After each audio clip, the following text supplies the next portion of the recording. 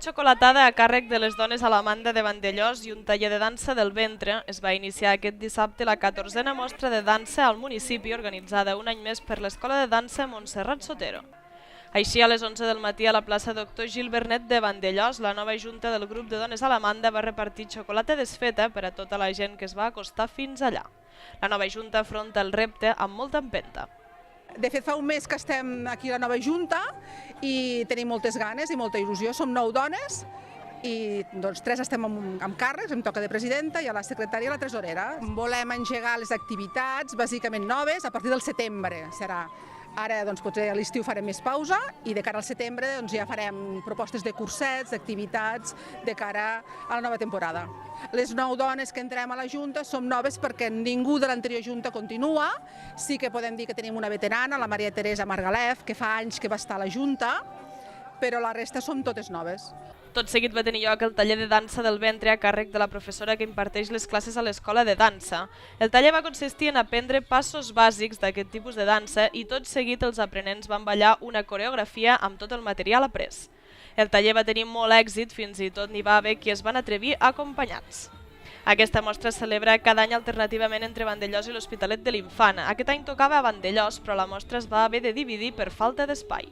Sí, bé, aquest any és un any especial pel motiu de que han coincidit actes. Afortunadament al nostre municipi tenim molts actes i no hi va haver manera de poder arreglar ni una cosa ni l'altra. Llavors estem fent la mostra a Vandellòs, al matí, com sempre, amb dissabte, que les de l'Hospitalet són en diumenge, mostra a Vandellòs, dissabte, al matí amb taller, xocolatada, que ens l'ha fet el grup de dones Alamanda, en el qual els hi agraïm molt la seva col·laboració com cada any que fem la mostra aquí dalt a Vandellòs, i a la tarda, en lloc de fer la mostra al casal, com està ocupat per uns campionats de futbol, a la tarda l'espectacle en si el farem a l'Auditori de l'Hospitalet.